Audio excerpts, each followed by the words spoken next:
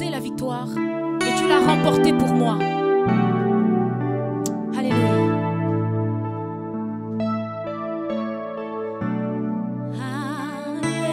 Alléluia. You have won the victory.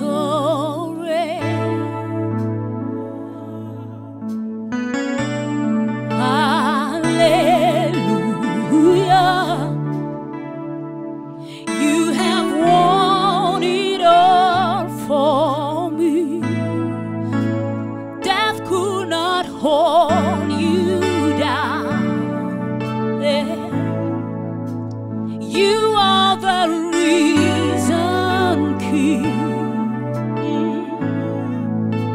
seated in majesty. You are the risen King. Chantons tous ensemble. Alléluia, tu as remporté la victoire. Alléluia. Tu as remporté la victoire. Tu as remporté la victoire. Alléluia, tu l'as remporté pour moi. Oui. Alléluia. Tu l'as remporté pour moi. Alléluia, alléluia. Encore tous ensemble. Alléluia. Alléluia. Tu as remporté la victoire. Tu as remporté la victoire. Alléluia, alléluia. Alléluia. Tu l'as remporté pour moi. La mort n'a pu te tenir. Yeah. Tu es ressuscité. Yeah. Tu règnes en majesté. Oh. Tu es ressuscité. Alléluia, alléluia. Alléluia. Tu as remporté. Tu as remporté la victoire. Alléluia, tu l'as remporté pour moi. Alléluia. Tu l'as remporté. Tu l'as remporté pour moi. Chantons tous ensemble. Alléluia, alléluia. Alléluia. Tu as remporté la victoire. Tu as remporté la victoire. Alléluia, alléluia. Alléluia. Tu l'as remporté pour moi. La mort n'a pu te tenir. La mort n'a pu te tenir. Tu es ressuscité. Tu es ressuscité. Tu règnes en majesté. Tu règnes en majesté. Tu es ressuscité. Tu es ressuscité.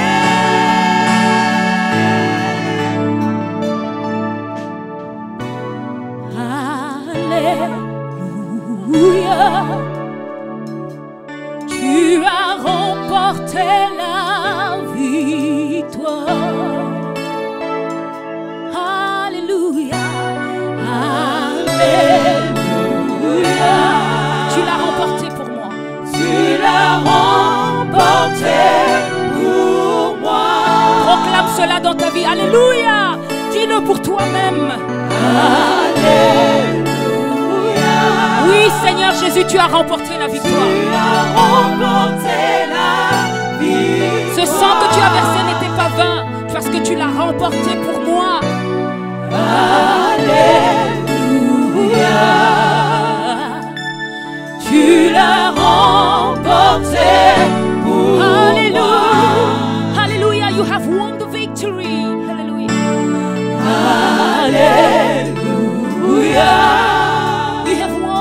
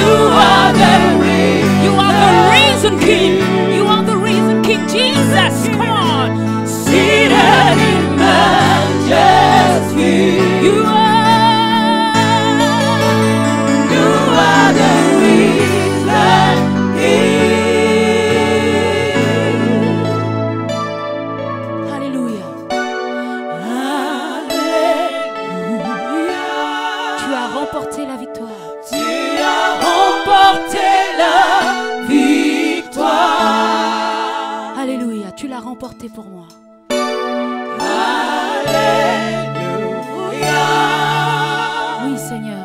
Tu l'as remporté pour moi. Chantons encore tous ensemble, tous unis dans le même esprit. Alléluia.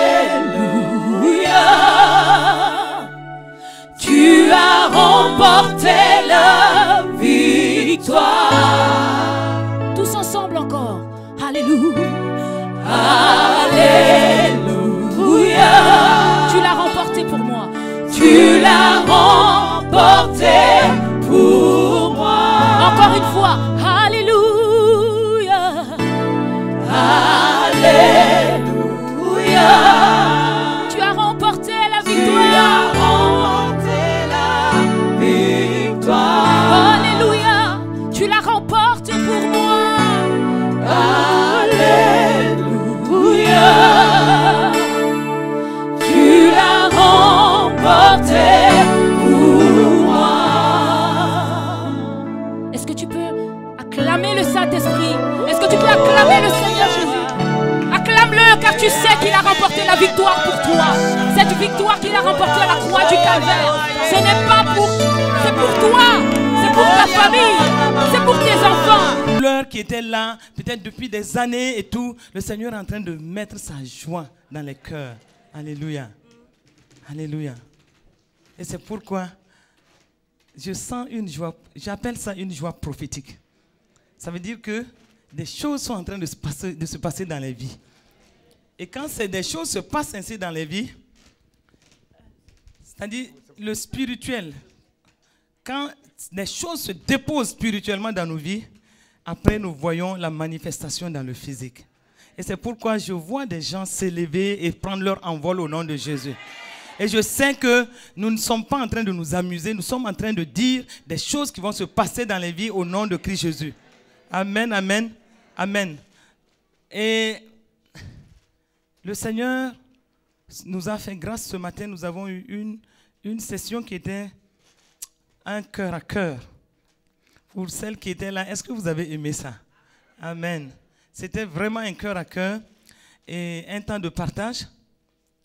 Et je crois que des temps pareils aussi sont des temps qui doivent s'ajouter à des conventions comme celle-ci. Parce que c'était un véritable cœur à cœur. On a partagé, on a échangé, on a répondu à des questions. Et nous croyons que le Seigneur, à travers tout cela, va continuer à bâtir nos vies et à nous donner, d'assurer une base qui peut nous permettre d'être lancés encore plus haut. Est-ce qu'on peut s'asseoir parce qu'il y a trop de mouvements dans la salle? Et quand c'est ainsi, on n'est pas à l'aise. En tout cas, moi, je ne suis pas à l'aise quand on commence et qu'on doit partager la parole, qu'il y a trop de mouvements, c'est que cela n'est pas vraiment bien. Donc, je vous demande de garder, de permettre vraiment qu'on puisse continuer correctement. Amen, amen, amen. C'est avec tout l'amour dans mon cœur pour vous. Et donc, avant de poursuivre, je voudrais juste présenter quelques ouvrages que nous avons ici. Il y a des livres de Papa Karambiri qui sont là. Et depuis hier, on aurait dû les présenter, mais on n'a pas pu le faire. Mais aujourd'hui, je vais les présenter avant de poursuivre. Mon juste vivra par la foi. Mon juste vivra par la foi. Je vais y aller très rapidement. Et c'est un livre qui fera du bien à tous ceux qui veulent en savoir plus sur ce sujet. Et donc, vous avez aussi la faveur divine. Ce sont des messages qu'il a prêchés. En fait, pour qui l'écoute souvent, vous allez retrouver tous ces enseignements dans ces livres-là qui ne font que reprendre les enseignements. Et donc, c'est des supports qui vous permettent donc de les avoir sous la main et de pouvoir vraiment les exploiter. Le combat de la foi. Ça aussi, c'est un livre de Papa Karambiri et la vie abondante en Christ. Et naître et grandir dans le royaume des cieux. Donc, tout cela, vous pouvez trouver cela au niveau de la bibliothèque et de la librairie dehors. Réussir et régner dans le royaume des cieux. Ce sont des titres que vous avez toujours de lui en Christ. Toutes choses sont devenues nouvelles. Et le réveil du premier amour. Donc, ce sont des livres. Je crois qu'il y a 2 autres que je ne vois pas, mais et voici, au moins ça, vous avez ça au niveau donc, de la vente. Au dehors, c'est exposé. Et pour moi-même, ici, je vois 4. Il y a une série que j'ai faite sur la famille avant de dire oui pour le mariage. Vous savez, la jeunesse aujourd'hui, souvent, se précipite dans le mariage pour se rendre compte après qu'il y a certaines conditions qu'on n'a pas respectées, alors que c'est un engagement pour toute la vie. J'ai toujours dit, c'est comme un véhicule dans lequel on rentre et il n'y a pas d'option de marche arrière. En tant qu'enfant de Dieu, on doit avancer. Et après, avant de dire oui pour le mariage, vous avez l'harmonie familiale. Donc, éduquons adéquatement nos enfants. Aussi, comment accompagner nos adolescents. Donc, ça, ce sont des ouvrages. Vous verrez sur la couverture, un père de famille et son jeune adolescent, tous les deux sont en jean et les jeans sont retroussés. Donc, vous comprenez un peu de quoi on parle. Il faut faire de ces jeunes-là nos amis pour pouvoir mieux les avoir. Donc, ça, c'est la série sur la famille. Mais à côté, il y a 2 guides pratiques de prière que j'ai écrits. Le premier n'est pas ici, mais je vois le deuxième est là, 2e guide pratique de prière. Et donc, il y a 14 grands thèmes de prière qui sont dans ce livre.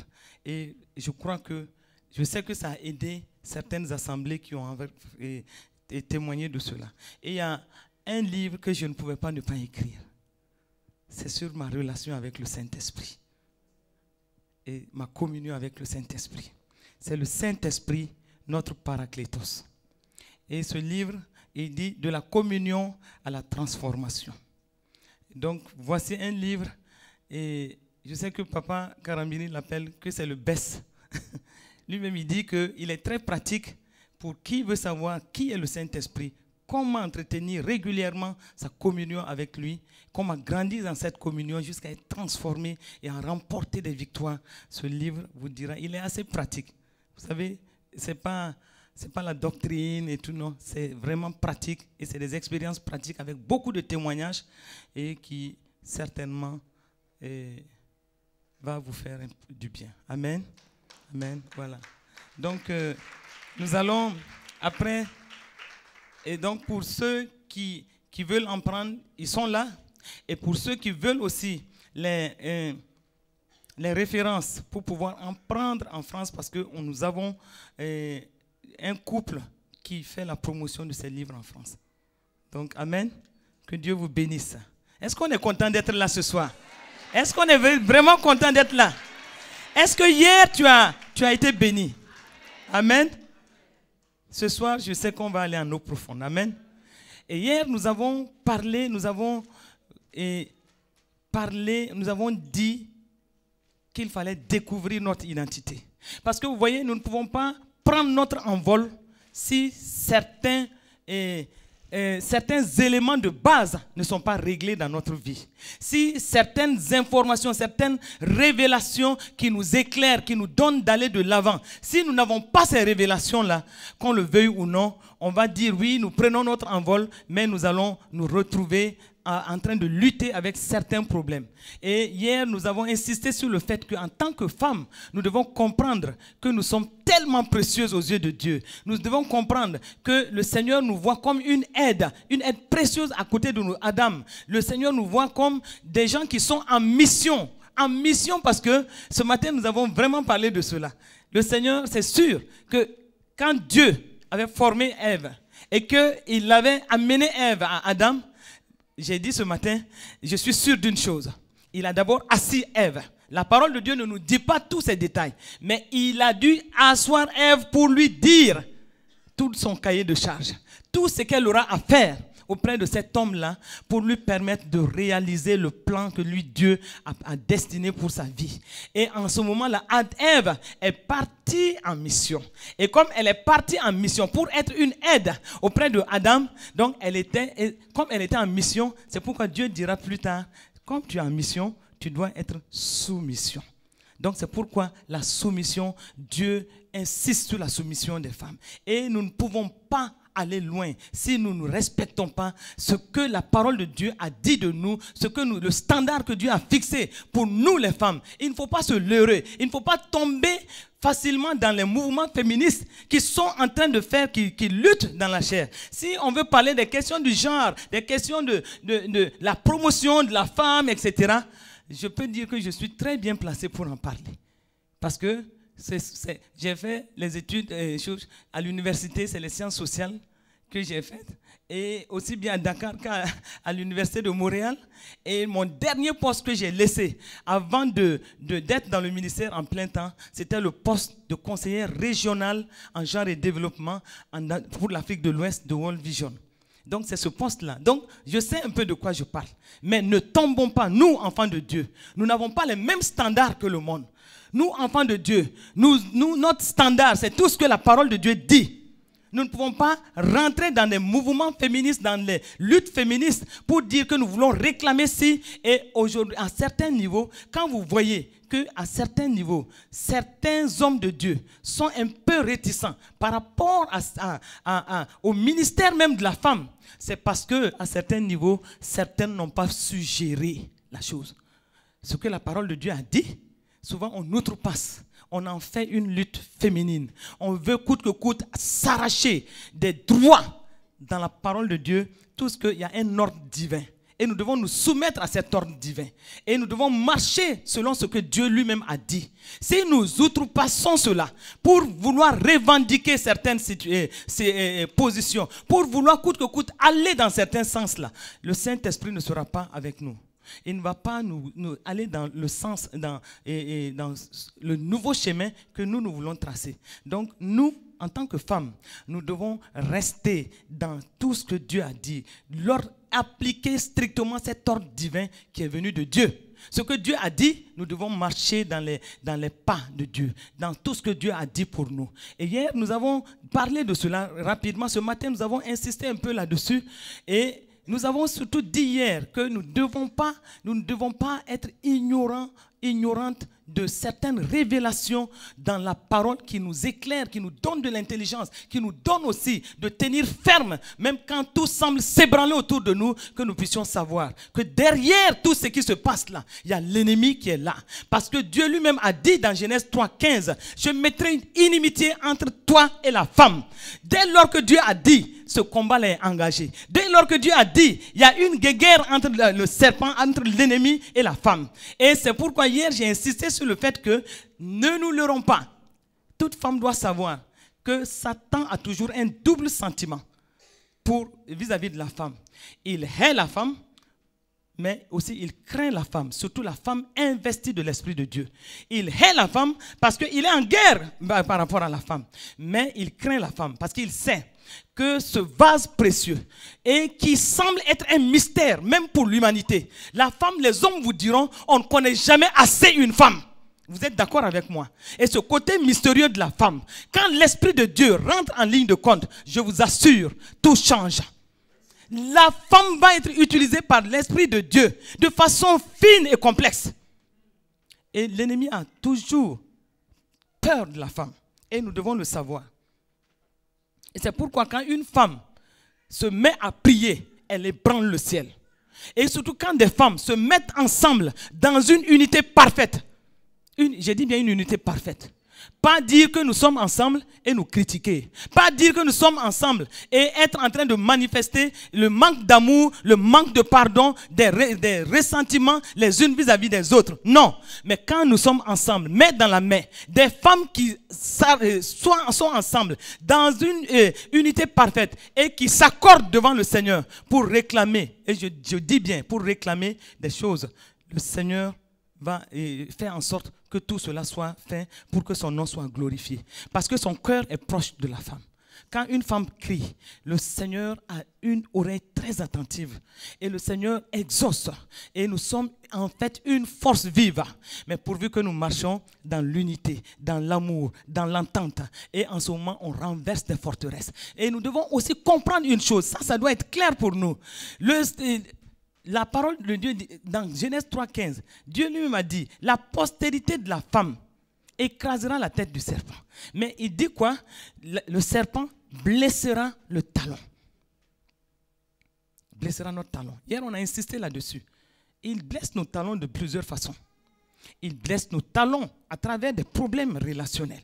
Même au niveau des familles, l'ennemi peut blesser nos talons parce que nous ne sommes pas rentrés dans certains détails de cet enseignement. Mais nous pouvons comprendre aisément que souvent l'ennemi rentre, quand il a des brèches, il rentre dans la famille.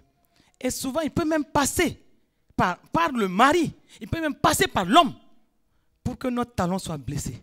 Mais pour tout cela, nous les femmes, nous avons les remèdes. Nous avons tout ce qu'il faut pour que les brèches ne soient pas ouvertes. Et c'est pourquoi nous sommes exhortés, nous sommes encouragés à marcher dans l'amour, à marcher dans l'amour et dans l'amour parfait. L'amour qui caractérise le cœur de Dieu. L'amour agapao, cet amour-là qui coule du cœur de Dieu. Nous sommes exhortés, nous sommes encouragés à marcher strictement dans cet amour-là. Et quand nous marchons dans cet amour, je vous assure, nous sommes déjà victorieux. L'amour, c'est le chemin de la victoire. L'amour agapao, c'est le chemin de la victoire. Je ne parle pas de l'amour selon le monde. Je ne parle pas de l'amour sentiment. Et c'est Papa Karamini qui dit souvent le sentiment. Le senti là, il ment. Aujourd'hui, il t'aime. Demain, il ne t'aime pas. Au gré des événements, il est versatile. Demain, il te dit, ah, sans toi, je ne peux pas vivre. Une semaine après, on va dire, tchao, mais lui là, c'est quoi? Et puis, ça change. Il est versatile, il est changeant. Au gré des événements, au gré des épreuves, il ne supporte pas les épreuves. Dès qu'il y a une petite épreuve, cet amour-là se referme. Mais l'amour agapao, c'est l'amour parfait. C'est la loi de la nouvelle de la nouvelle famille de Dieu. Parce que Jésus lui-même a dit dans Jean 13, 34, 35, il dit, aimez-vous, je vous donne ce nouveau commandement. Aimez-vous les uns les autres comme je vous ai aimé. Et car à ceci, tous connaîtront que vous êtes mes disciples. Et aujourd'hui, nous les femmes, c'est-à-dire tout ce que nous avons à faire là, nous devons insister sur ce côté. Parce que là, notre sensibilité, notre complexité fait en sorte que souvent on garde plus facilement les choses. Et longtemps, une femme peut te parler d'une situation qui s'est passée à 12 ans comme si c'était hier que ça se passait. Au moment où elle dit qu'elle a pardonné depuis longtemps, mais elle va te ressortir ça avec tellement de petits détails. À tel enseignant que tu vas te demander, si toi tu as oublié ça, si tu as vraiment pardonné, certaines choses ne peuvent pas être vives comme ça dans ton cœur, comme si c'était hier que ça s'était passé. Alors que ces choses-là ouvrent la voie à l'ennemi et ces choses-là font que nous avons le talon blessé. Et si le talon est blessé, ta marche ne sera pas correcte. Si le talon est blessé, ta marche sera retardée. Si le talon est blessé, il te sera difficile de rentrer dans ta destinée. Et nous devons comprendre que Satan commence très tôt. Hier, nous l'avons dit. Il commence très tôt. Quand il voit qu'une femme a une destinée prophétique, une destinée glorieuse, il va commencer très tôt, depuis son enfance, à brouiller les pistes pour que cette personne-là n'arrive pas à destination. Il commence, il brouille les pistes. Et c'est pourquoi hier, je disais, attention. Et moi, l'expérience que j'ai, plus des défis viennent sans nombre. Ils viennent de façon complexe, ils viennent de tous les côtés. Et souvent, si tu es dans des luttes, ça veut dire que ça, c'est un signal que tu dois impacter le royaume des cieux. Ça, c'est un signal que tu n'es pas n'importe qui. Parce que si tu ne déranges pas l'ennemi, si ta vie ne dérange pas l'ennemi, il ne va pas se lever contre toi ainsi. Si là où tu es, tu vois les difficultés, les problèmes venir de tous les côtés, dis-toi que tu n'es pas n'importe qui. Et en ce moment-là, fais attention. Et vois tout de suite là. Comment tu peux fermer comment tu peux fermer la porte à l'ennemi. Tu as le pouvoir de le faire. Tu as le pouvoir, tu as la capacité d'aimer. Parce que l'amour de Christ est répandu dans nos cœurs par le Saint-Esprit. La parole de Dieu le dit, Romains 5,5. Or, l'espérance ne trompe point, car l'amour de Dieu est répandu dans nos cœurs par le Saint-Esprit. Et l'amour, c'est la première marque de la nouvelle création. Tu ne peux pas dire que tu aimes et qu'on te voit dans des problèmes de manque de pardon. Non. Donc, tu as la capacité de fermer la porte à l'ennemi. Et la femme, et hier nous avons dit très rapidement que nous devons prier, nous devons jeûner, nous devons rester fermes sur certaines positions et marcher avec intégrité, faire attention à notre cœur. Parce que vous savez, beaucoup de choses prennent racine dans notre cœur. Notre cœur, là, il peut nous jouer des tours. Parce que Salomon a dit dans Proverbe 4, 23, « Garde ton cœur plus que toute autre chose, car de ton cœur viennent les sources de la vie. » Les mauvaises choses prennent racine à partir du cœur, comme les bonnes choses aussi prennent racine à partir de notre cœur. Donc nous devons veiller strictement sur notre cœur si nous ne voulons pas que l'ennemi prenne avantage sur nous à partir des choses qui montent de notre cœur. Est-ce qu'on se comprend ce soir? Et donc, j'insiste sur le fait que nous avons un ennemi commun. Satan est un ennemi commun. Et regardez les femmes qui devaient marquer, même dans la parole de Dieu. Quand vous voyez une femme dont la destinée était glorieuse, la destinée était prophétique, vous allez voir qu'à l'origine, depuis longtemps, Satan est derrière la personne. Et il fait tout pour phagocyter sa vie. Et vous allez voir que souvent, c'est des gens qui ont eu des vies totalement bouleversées, chamboulées par des circonstances de toutes sortes. Mais notre Dieu est un Dieu fidèle. Il va nous faire passer par tout cela. Il a le regard sur nous. Et il fera en sorte que nous nous en sortions et que nous puissions marquer notre génération en faisant ce qu'il a décidé que nous fassions. Parce que l'ennemi ne peut pas l'arrêter. Il ne peut pas arrêter.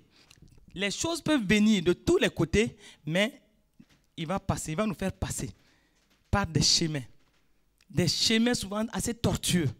Mais tout va concourir à notre bien pour nous faire rentrer dans notre destinée, pour que nous puissions, par notre vie, être un témoignage pour que Christ soit simplement élevé. Et donc, quand je parle de cela, j'ai intitulé le message de ce soir, « Prenons notre envol ». Prenons notre envol. Nous allons prendre notre envol en regardant certains témoignages bibliques. Quand nous regardons, je suis un peu fixé sur les femmes parce que nous sommes dans une convention de femmes et je voudrais vraiment qu'on voie. Parce qu'au moment où toi tu dis, est-ce que je vais m'en sortir, les problèmes sont trop nombreux, trop complexes et je vois que rien ne va dans ma vie et comment quelqu'un peut passer par ces situations et puis vivre encore et même réaliser sa destinée. Au moment où tu dis ça, si tu regardes dans la parole de Dieu, tu vas revoir des femmes comme toi. Et à l'époque, surtout dans le Nouveau Testament, ils n'avaient pas le Saint-Esprit en eux. Aujourd'hui, toi, tu as Christ en toi. Christ qui vit en toi. C'est la victoire assurée.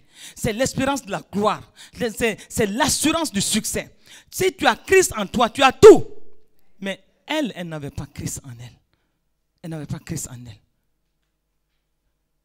Donc, quand tu prends depuis l'Ancien Testament jusqu'au Nouveau Testament, tu vas rencontrer, tu vas voir, et quand tu scrutes un peu l'histoire, le témoignage de certains personnages bibliques, tu vas te rendre compte que, elles aussi, elles sont passées par des problèmes.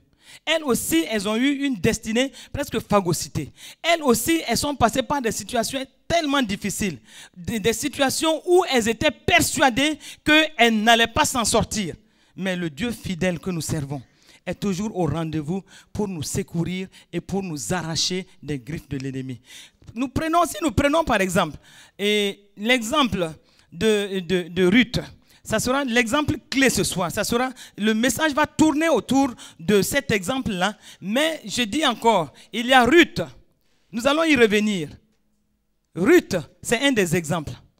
Vous voyez par exemple, Ruth, elle était dans la lignée de Jésus. Regardez une destinée aussi glorieuse. Mais regardez tout ce par quoi Ruth est passée. Quand nous prenons Rahab, c'est à peu près la même chose. Quand vous voyez cette femme-là qui va par la suite être aussi dans la lignée de Jésus. Mais regardez, cette femme-là va être, comment elle va vivre une vie de prostituée.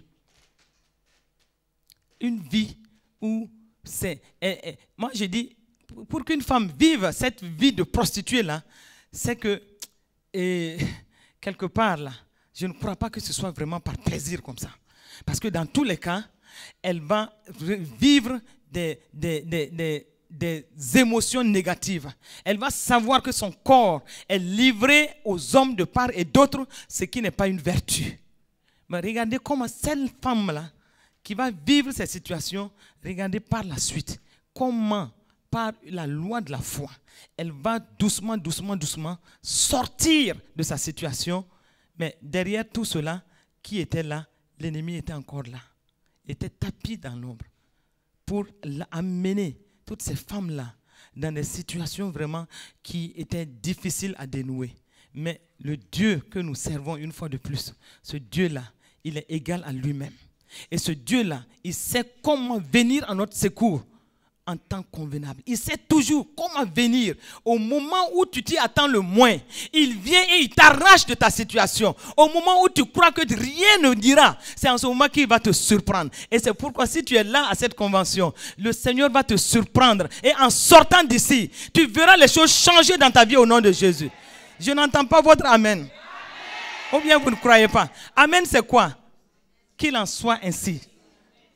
Tu ne dis pas ça pour moi. Tu es en train de dire à Dieu, je crois en ça, qu'il en soit ainsi. Peut-être que si tu me connaissais, tu allais comprendre que, en fait, j'opère par ça.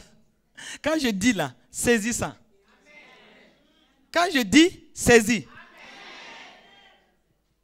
J'ai vu beaucoup de miracles se passer à travers juste des proclamations. Peut-être tu ne crois pas, mais peut-être des gens peuvent te donner des témoignages. Je sais de quoi je parle. Donc quand tu sens que c'est quelque chose qui peut changer quelque chose dans ta vie, dis Amen. Amen là, tu n'es pas en train de dire ça pour moi. Tu es en train de dire à Dieu que inscris cela pour moi et qu'il en soit ainsi et que cela se passe dans ma vie au nom de Jésus. Amen, amen, amen. Amen. Quand nous allons dans le Nouveau Testament, regardez cette Samaritaine-là. Regardez la Samaritaine. Tous les éléments étaient là comme pour dire que rien n'allait encore aller dans sa vie. Cette Samaritaine-là, sa vie était chamboulée. Et vous voyez, elle a divorcé combien de fois? 5 fois. Et l'homme avec lequel elle vivait, la parole de Dieu nous dit dans Jean 4, ce n'était même pas son mari. Est-ce que c'était le mari de quelqu'un d'autre? Un concubin? La parole de Dieu ne dit pas des précisions, mais l'homme avec qui elle vivait n'était pas son mari. Donc encore là, une insécurité. Bon, regardez la vie de cette femme-là. Et c'est pourquoi elle était bruyante. Quand elle a rencontré Jésus, quand vous prenez, tout Jean 4, vous allez vous rendre compte que voici une femme qui était bruyante. Et elle ne faisait que exprimer en fait tout son état d'âme. Elle ne faisait qu'exprimer le trouble intérieur en elle. Elle ne faisait qu'exprimer la lutte qui se passait en elle. Mais voici une femme qui aura un impact. Voici une femme par qui la Samarie devait être sauvée. Parce que tout est parti d'elle. Mais regardez les conditions dans lesquelles cette femme était.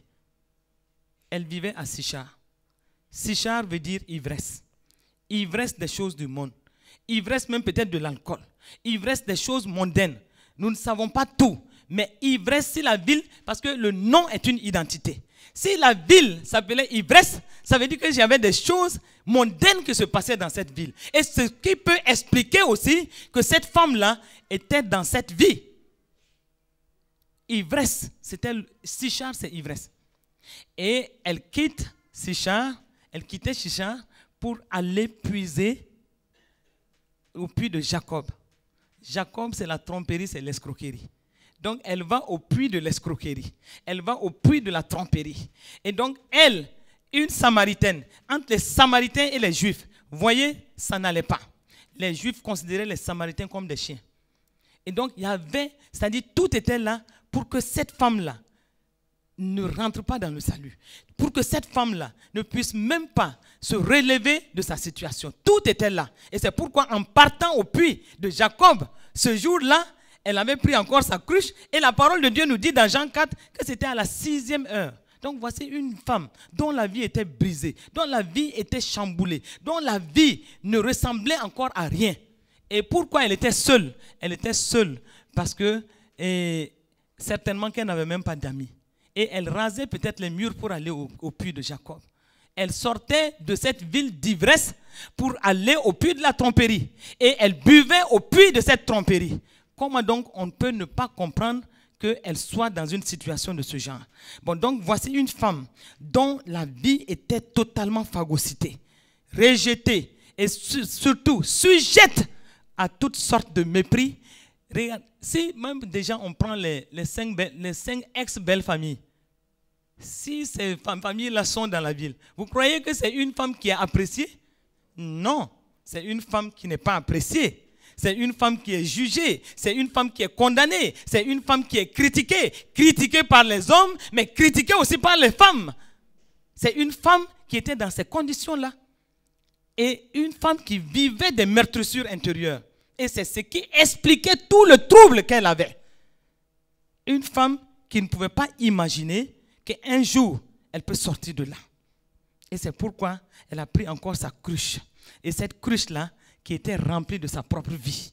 Cette cruche-là qui était remplie de son rejet. Cette cruche-là qui était remplie de son humiliation. Cette cruche-là qui était remplie de sa vie trouble. Elle a pris cette cruche-là. Elle est partie au puits de la tromperie encore. Parce que quand vous regardez sa vie, l'ennemi était derrière. Comment une femme peut vivre tout cela? Même un seul divorce. Ça ressemble à quoi? À plus forte raison, toute cette situation. Regardez, mais l'ennemi était derrière ça. Parce qu'il ne fallait pas lâcher cette femme-là pour qu'elle accomplisse ce qu'elle devait faire. Parce que, voyez-vous, Jésus, quand je prends Jean 4 là, et que je m'asseye verset après verset, j'ai dit, mais regardez, Dieu n'a pas vu quelqu'un d'autre. Il n'a pas vu un des disciples pour le salut de la Samarie. Non. Du haut des cieux, Dieu avait ses projecteurs qui tournaient, il regardait qui pouvait être un instrument pour le salut de la Samarie. Des projecteurs tournaient. Et Dieu a montré cette femme-là. Cette femme qui avait la vie sale. Cette femme qui était dans l'opprobre. Cette femme qui ne valait rien. Mais derrière tout, c'était l'ennemi qui tenait captive sa vie. Mais Dieu dit, cette femme-là, je vais la libérer. Et elle sera l'instrument pour le salut de cette ville-là. Et qu'il en soit ainsi pour toutes celles qui vivent cette situation au nom de Jésus. Le Seigneur t'a localisé. Et il t'a localisé ce soir. Ce par quoi tu es passé. Quel que soit ce que l'ennemi avait attaché dans ta vie. Quel que soit ce que l'ennemi avait fait dans ta vie. Ce soir-là est le dernier soir pour l'ennemi. Il est obligé de te lâcher. Il est obligé de lâcher prise. Parce que ses chaînes sont brisées au nom de Jésus. Parce que ce qu'il avait tenu captif, il est obligé de lâcher cela au nom de Jésus. Cette femme-là, regardez quelle valeur elle était. Mais c'était du diamant dans de la boue. C'était du diamant. Dieu n'a pas vu les disciples. La preuve, quand les disciples sont partis dans la ville, ils sont revenus avec quoi? Des boîtes de sardines. Hein? Et puis des chocolats suisses. C'est ça. C'est tout ça. Mais même un chat ne les a accompagnés. Personne. Mais Dieu avait vu cette femme-là dans ses problèmes. Il avait vu cette femme-là phagocytée par l'ennemi. Il avait vu cette femme-là tenue captive. Parce que l'ennemi savait, comme nous l'avons dit hier, que cette femme-là doit agir pour le compte du royaume des cieux. Mais le jour va arriver où sa délivrance a été totale. La preuve, après les échanges qu'elle a eus avec Jésus, regardez comment elle était bruyante. Regardez comment Jésus lui a proposé l'eau de vie. Regardez comment Jésus est passé, c'est un tacticien. Hein? Il est le divin stratège. Regardez comment il est passé doucement pour détacher doucement cette femme-là des liens de l'ennemi. Et ce soir-là, il est en train de détacher des vies ce soir. Et ce soir, il est en train de faire quelque chose. Depuis hier, il a commencé une œuvre qu'il va rendre certainement parfaite avant la fin de la conférence. Et donc, quand cette femme a été détachée, voyez quel rôle elle a joué. Elle a joué un rôle critique. La parole de Dieu dit, dans Jean 4, elle a déposé sa cruche au pied du Seigneur. Elle a déposé. La parole de Dieu nous dit, déchargez-vous de vos fardeaux sur lui. Elle s'est déchargée de cette cruche-là qui contenait sa vie. Et si vous regardez, nulle part ailleurs, il n'est dit qu'elle a repris cette cruche-là. Mais elle a été revêtue de ce manteau d'évangéliste. Elle est sortie de l'opprobre pour être une grande évangéliste. Elle est sortie de l'opprobre pour jouer ce que Dieu avait prédestiné pour sa vie. Elle est sortie de l'opprobre pour être une qui va jouer un rôle pour le compte du royaume des cieux. Mais l'ennemi savait cela. C'est pourquoi il l'avait tenue captive. À travers les différentes vicissitudes par les hommes, il l'avait tenue captive. Mais le jour de la délivrance toujours vient et on est délivré pour rentrer dans notre destinée. Est-ce que tu peux dire à quelqu'un ce soir-là, quel que soit ce qui me tenait captive, je suis délivré au nom de Jésus. Je suis délivré au nom de Jésus. Quelles que soient les chaînes de l'ennemi, quelle que soit la méchanceté de l'ennemi, quelles que soient les tribulations que l'ennemi avait amenées, quelles que soient les douleurs que l'ennemi avait mis dans ma vie, ce soir, c'est ce soir. Ce soir, c'est ce soir. Ce soir, c'est terminé. Je suis libéré au nom de Christ Jésus. Amen, amen. Acclame le Seigneur pour ça. Et là, je peux te garantir une chose. Dieu te dit dans Jérémie 29, 11 que les projets, il connaît les projets qu'il a formés sur toi. Projets de paix et non de malheur. Il veut te donner un avenir et de l'espérance. Et cela va s'accomplir dans ta vie. Tu es arrivé à cette conférence-là. Dieu a un projet de paix pour toi. Et tu vas commencer à rentrer dans ce projet au nom de Jésus. Dieu veut te donner un esprit de louange. Tu ne seras plus dans un esprit désespéré. Et cela s'accomplit au nom de Jésus. Il connaît les situations par lesquelles tu es passé. Il sait par quoi tu passes en ce moment. Il connaît l'état de ton cœur. Mais il dit ce soir-là que c'est le soir où il va apporter ta délivrance. C'est le soir où il va apporter ta délivrance. Quel que soit ce par quoi tu es passé, quel que soit ce que tu as traversé, ne reste pas dans l'inquiétude. Je veux que tu sois relax ce soir. Parce que quelque chose de bon va t'arriver. La victoire que tu as attendue depuis longtemps, cette victoire commence à marquer ses pas dans ta vie. Le plus grand est en toi. Ne l'oublie pas, 1 Jean 4,4 a dit, le plus grand est en toi. Si le plus grand est en toi, tu vas accomplir de grandes choses. Les chaînes de l'ennemi sont obligées d'être brisées. Et ton passé ne sera pas ton avenir. Retiens ça. Ton passé ne sera pas ton avenir. Et c'est pourquoi, si tu es là, saisis ce que Dieu te dit. Et comme la parole de Dieu dit, ne méprisons pas ce qui se passe. Même quand c'est des faibles commencements. Sachons une chose, Dieu a toujours de grandes choses qu'il fait à travers les petites choses qu'il commence. Amen. Amen, amen, amen. Amen, amen, amen. Amen, amen, amen. Waouh. Je vois des gens s'élever dans la gloire de Dieu. Je vois des gens s'élever dans une dimension supérieure. Je vois des gens dont les chaînes sont brisées. Je vois des gens qui sont totalement libérés à partir de cette conférence. Je vois des gens qui sont élevés dans une dimension supérieure. Je vois des gens qui sont libérés, affranchis. Je vois des gens qui rentrent enfin dans ce que Dieu a prédestiné pour leur vie. Et cela est accompli au nom de Jésus-Christ de Nazareth. Cela est accompli au nom de Jésus-Christ de Nazareth. Le plus important n'est pas là où tu es aujourd'hui. Mais le plus important, c'est là où Dieu veut t'amener. Et je déclare ce soir qu'il t'amène à ce lieu au nom de Jésus. Il va t'amener dans des hauteurs que tu ne peux pas imaginer. Et c'est pourquoi, sois tranquille, sois tranquille. Le meilleur est à venir. Le meilleur est à venir. Le diable est un menteur, vous le savez. Et il ment à nous toutes. Et il veut toujours nous dire que c'est fini. Et moi je dis, ce n'est pas fini. Ton jardin va refleurir certainement. Ton blé va germer certainement. Quelle que soit la longueur de la nuit que tu as passée dans la douleur, ton matin va se lever au nom de Jésus. Ton soleil de justice va se lever au nom de Jésus. Dieu va te donner de la splendeur. Il va te sortir de tes cendres au nom de Jésus. Il va te sortir de tes problèmes pour t'élever. Il dit qu'il retire le pauvre de la poussière pour le faire asseoir avec les grands de ce monde. Cela sera ton partage si tu y crois au nom de Jésus. Je dis bien, si tu y crois, cela sera ton partage. Et tu vas prendre ton envol au nom de Christ Jésus. Tu vas prendre ton envol à partir de cette conférence. On ne pourra plus te rattraper au nom de Jésus. Il nous a, rappelle-toi qu'il t'a créé à son image. S'il t'a créé à son image, il va faire de grandes choses. Parce que lui, il n'est pas un petit Dieu. Amen. Quelque chose de bon va t'arriver. Dis à ton voisin, quelque chose de bon est en train de m'arriver. Quelque chose de bon est en train de m'arriver. Quelque chose de bon est en train de se passer dans ma vie. Alléluia, alléluia, alléluia.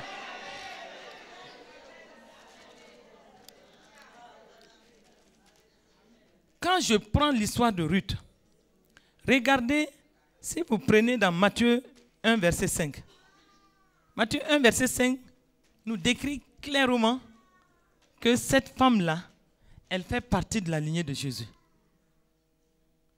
Mais au début de sa vie, rien ne pouvait présager que cette Ruth-là peut s'élever au point où elle peut rentrer dans cette lignée. Rien, je vous assure. Parce que tout était contre cette destinée. Tout était contre cette destinée. Sa destinée était même déjà scellée négativement. Parce que vous connaissez cette histoire, ce témoignage, l'histoire de Ruth. Ruth, elle est moabite. Et vous connaissez, nous n'allons pas revenir sur tous les détails, mais vous connaissez l'histoire des Moabites. Une souche incestueuse. Moab était le fils de la première fille de Lot qui est partie avec son père. Et donc, toute cette descendance-là est dite maudite.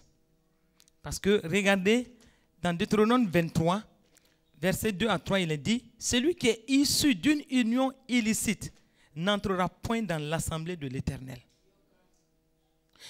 Même sa 10e génération, n'entrera point dans l'assemblée de l'Éternel. L'Ammonite et le Moabite n'entreront point dans l'assemblée de l'Éternel, même à la 10e génération et à perpétuité. Ruth est concernée par cette déclaration venue de Dieu lui-même. Donc ça veut dire que Ruth, la souche, elle est d'une souche qui ne peut même pas prétendre un jour avoir affaire aux enfants d'Israël. Parce que la parole de Dieu nous dit clairement que Dieu même l'a dit qu'il y ait séparation entre les Moabites et les enfants d'Israël. Qu'il y ait séparation. Et jusqu'à la 10e génération et à perpétuité. Donc quand tu regardes, si elle est de cette souche-là, comment cette femme-là peut s'en sortir? Elle est moabite. Elle est moabite. Elle est issue de ce peuple-là. Elle est assise dans son pays, à Moab, déjà dans une condamnation, dans une malédiction qui humainement ne peut pas être renversée. Puisque ici, là, la parole est sortie de la bouche de Dieu. Ce n'est pas sorti de la bouche d'un homme, c'est Dieu même qui a dit qu'il y ait séparation. Et que jusqu'à la 10e génération, jusqu'à perpétuité. Donc, les Anglais disent no way. Il n'y a aucun chemin. Elle va passer par où? C'est-à-dire, elle peut, même rêver là, elle ne doit même pas rêver que ce que Dieu a dit peut être changé. Oui ou non? Voici ici, là, il ne s'agit pas de malédiction générationnelle. Hein. C'est une malédiction éternelle.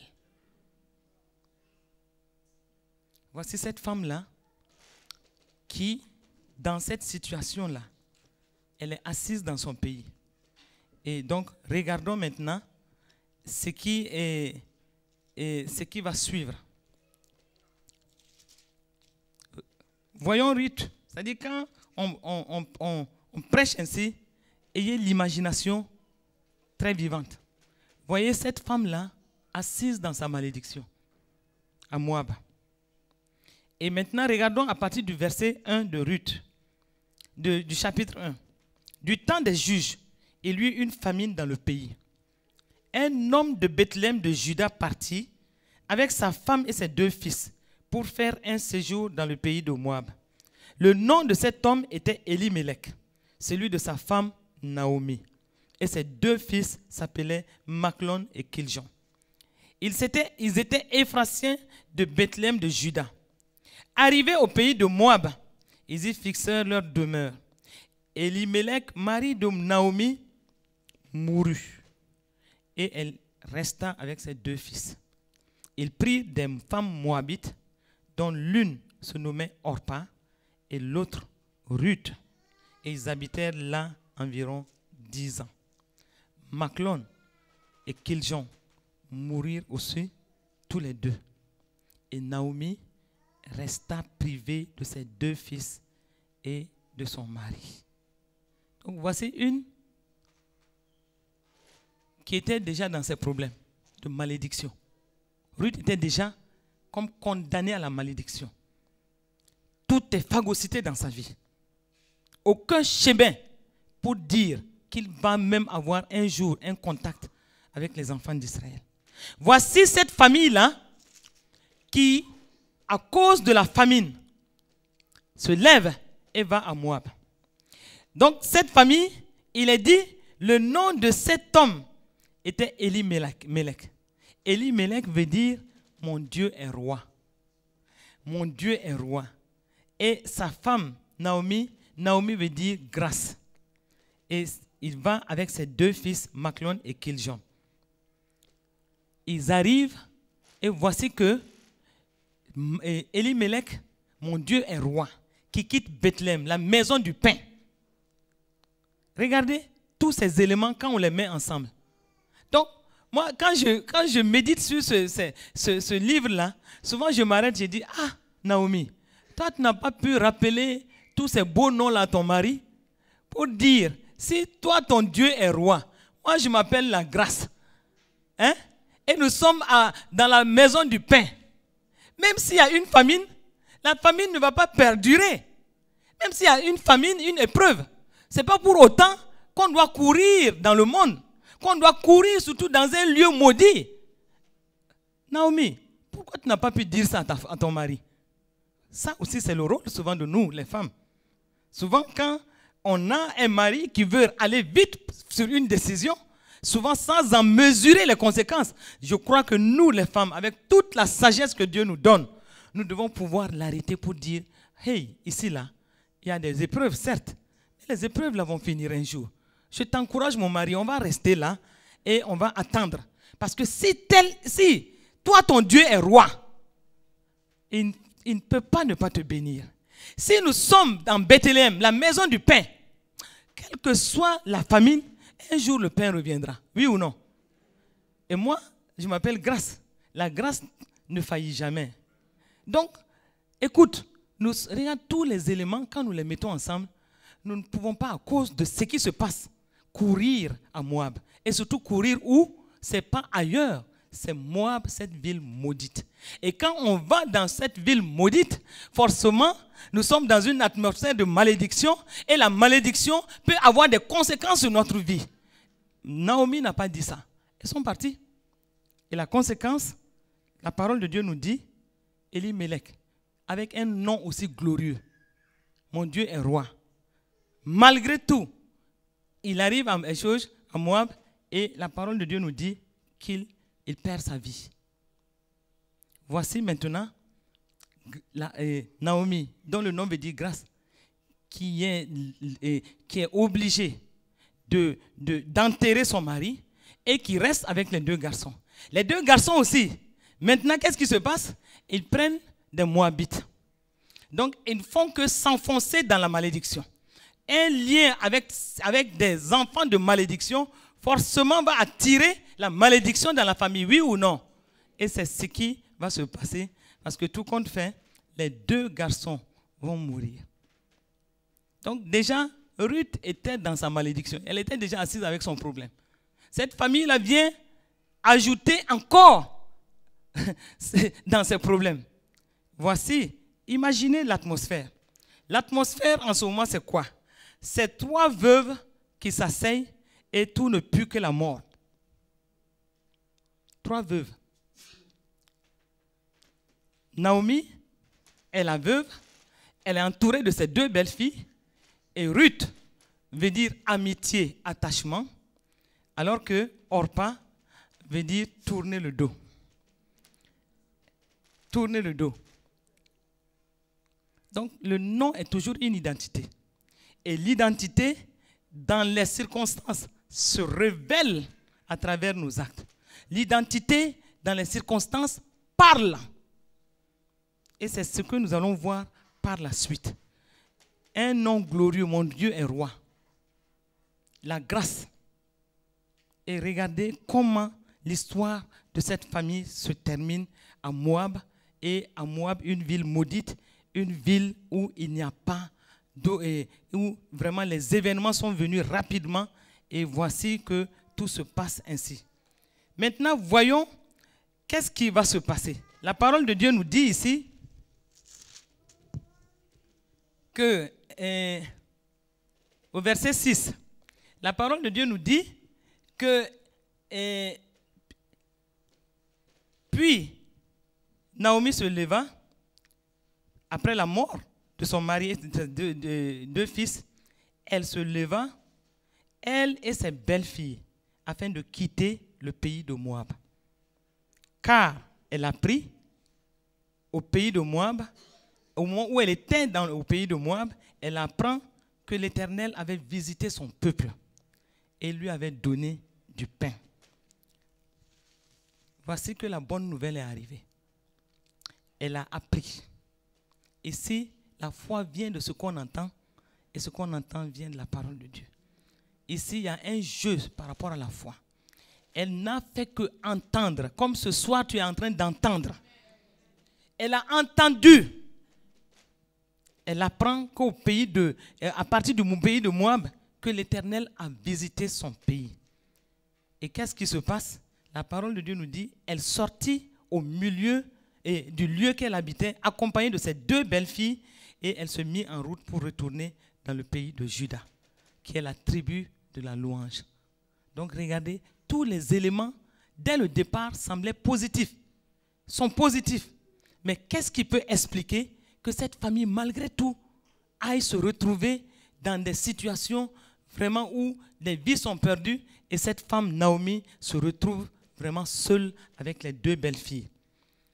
Et c'est là où beaucoup de choses vont commencer maintenant à se manifester. Devant cette décision, nous voyons tout de suite les deux femmes dont les deux noms sont des identités différentes. Les deux femmes auront deux attitudes différentes. Puisque l'identité va commencer à se révéler. Orpa veut dire tourner le dos et Ruth veut dire amitié, attachement. Donc c'est là où les choses vont se révéler clairement pour les deux, par rapport aux deux. Donc deux femmes, deux attitudes différentes, deux destinées différentes, deux perspectives, deux caractères et deux visions.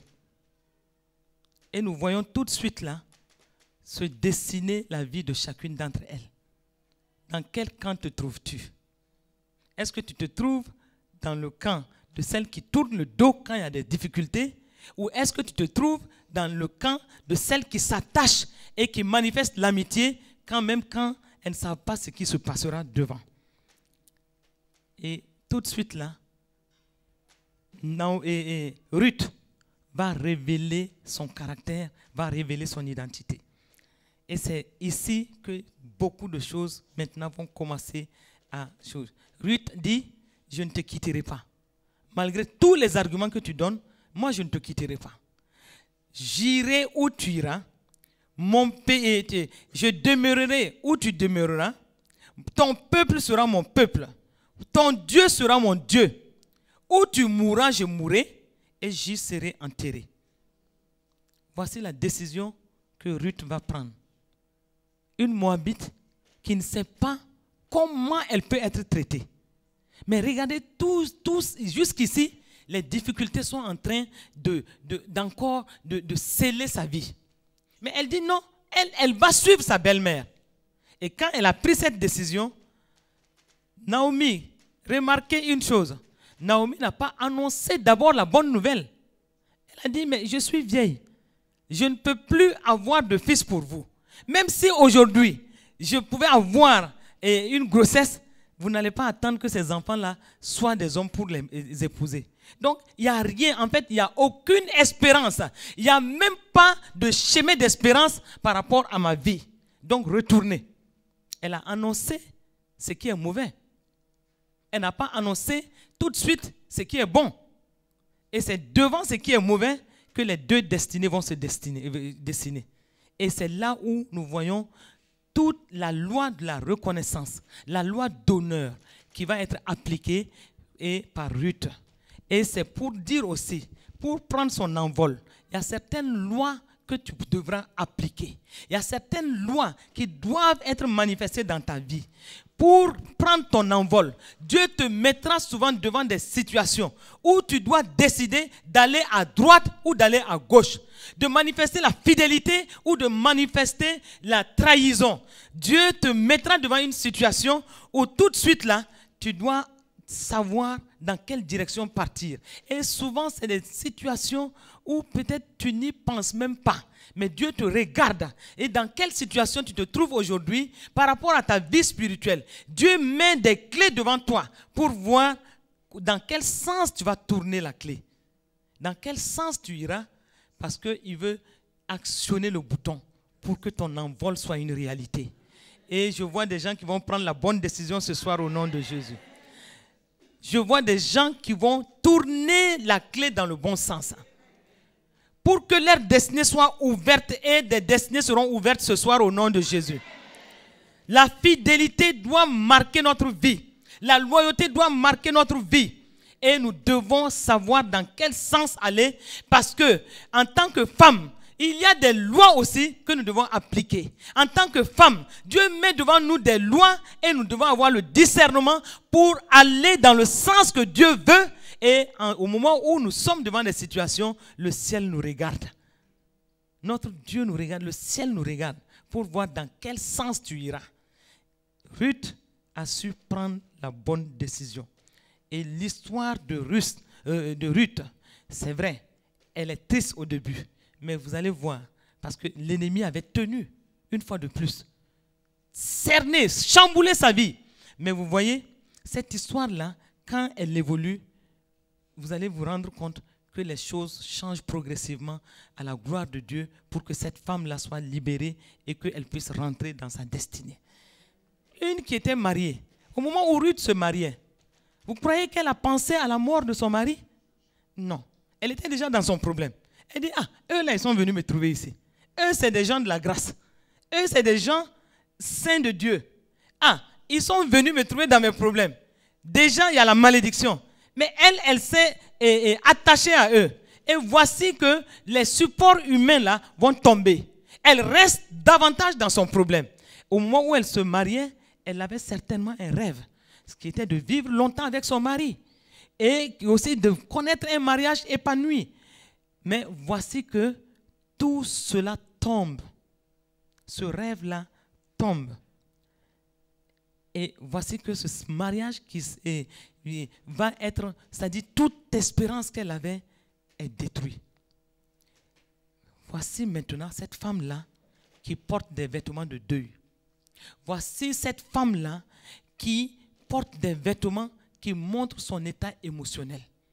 Voici cette femme-là dont la vie était malmenée par les circonstances négatives à tous les niveaux. Et voici cette femme-là qui restait et autour avec sa belle-mère, sa belle-sœur, elle ne voyait que la mort, elle ne voyait que le deuil, elle ne vivait que ces choses-là. Et voici cette femme-là qui avait une vie, elle était vivante mais émotionnellement morte. Elle était vivante, mais elle n'avait plus de sentiments par rapport à cette vie-là. Elle était vivante par son nom, mais elle était morte par sa situation, parce que tout semblait fermé. Et souvent, nous vivons des situations où tout semble fermé dans nos vies. Nous vivons des situations où nous portons des vêtements qui sont en train de parler de notre vie, qui sont en train de dire qu'aujourd'hui, quand ta vie là, il n'y a rien à tirer dedans. Ruth était dans une situation pareille. Ruth était dans une situation de désespoir. C'est vrai que quand elle disait à sa belle-mère, elle dit, j'irai où tu iras, je ne te lâcherai pas, ton pied, mon pied. Quand elle disait ça, c'était un cri de loyauté, mais c'était aussi un cri de détresse. C'était un cri de détresse, parce que dans tous les cas, elle va faire quoi? Elle déjà maudite, maintenant elle perd son mari, elle se retrouve avec une belle-mère qui est devenue amère. Tout ce qui sort d'elle, c'est l'amertume. Et elle est vêtue d'un vêtement de deuil. D'un vêtement de deuil. Et elle est dans une vie émotionnellement morte. Donc, voici que tout est chamboulé. Mais l'ennemi jusque-là, rien de tout ça. L'ennemi jusque-là était persuadé que rien de bon ne peut sortir de là. L'ennemi dans tout ça, comme aujourd'hui dans ta propre vie, peut-être l'ennemi te regarde, il croit qu'il a gagné sur ta vie. Il croit qu'il a pu arrêter certains projets de ta vie. Il croit qu'il a pu même phagocyter ta destinée. Au moment où tu es là, où tu écoutes, peut-être l'ennemi avait cru avoir le dessus sur ta vie. Comme aussi par rapport à Ruth, l'ennemi semblait avoir eu le dessus sur elle. Ses vêtements étaient des vêtements où vraiment il n'y avait aucune joie. Peut-être tu es dans une situation pareille ce soir, où tu es là, tu es vivante, mais émotionnellement, tu ne vis plus. Et tout semble être arrêté dans ta vie. Je ne sais pas dans quelle situation tu te trouves ce soir. Au moment où tu es venu dans cette convention-là, je ne sais pas dans quelle situation tu es. Est-ce qu'il n'y a même pas un sentiment d'autodépréciation en toi? Il y en a à cause des problèmes. Quand elles sont malmenées par la vie, il y a une autodépréciation qui vient. L'estime d'eux-mêmes disparaît. Ils ne croient plus qu'ils peuvent faire quoi que ce soit, ni pour eux-mêmes, ni pour le Seigneur. Et Ruth était dans cette situation. Elle avait perdu même le sens de la beauté. Une jeune femme, mais elle avait perdu le sens de la beauté. Elle ne pensait plus pouvoir même plaire certainement à un homme, parce que tout était phagocyté, tout semblait être arrêté dans sa vie. Ses rêves étaient brisés. Est-ce que ce soir, au moment où tu es assise là, est-ce que tes rêves ne sont pas brisés? Elle devait affronter un avenir incertain. L'enthousiasme était parti. Dans quelle situation te trouves-tu ce soir? Est-ce qu'au moment où tu es venu dans cette conférence-là, est-ce que ton enthousiasme était au même niveau? Tu es prise peut-être pas dans l'engrenage des problèmes de la vie. Je ne sais pas de quoi et à qui je prêche ce soir. L'engrenage de toutes sortes de situations. Des situations entremêlées. Tu portes un vêtement de souffrance, de douleur, de tristesse. Quand bien même tu sors, tu te peignes bien, tu te maquilles bien, mais il y a un vêtement de douleur, de deuil, un vêtement de tristesse sur toi, un vêtement où l'ennemi est toujours en train de te dire « ça n'ira pas, ça n'ira pas ». Et ce soir, je suis là pour te dire que ça ira au nom de Jésus. L'enthousiasme parti, le découragement installé dans la vie, tout s'abandonne, tout tombe autour d'eux. C'était ça, l'histoire de Ruth. Elle ne voit que des gens de tristesse. Sa belle-mère, sa belle-sœur et la situation familiale. Et dans tout cela, quelque chose va se passer. Elle a suivi sa belle-mère. Elle arrive à Bethléem. Et la parole de Dieu nous dit, donc, regardons le verset 22. Ainsi revinrent du pays de Moab Naomi et sa belle-fille Ruth, la Moabite. Elles arrivèrent à Bethléem au commencement de la moisson des orges. Ici, là, je vais tout simplement te dire que Dieu est en train de te parler. Est-ce qu'elles étaient là-bas quand les gens cultivaient? Non, mais elles arrivent au bon moment. Elles arrivent pour récolter. Elles arrivent pour prendre leur part de bénédiction. Ce que tu n'as pas sémé, tu vas récolter au nom de Jésus. Elles arrivent.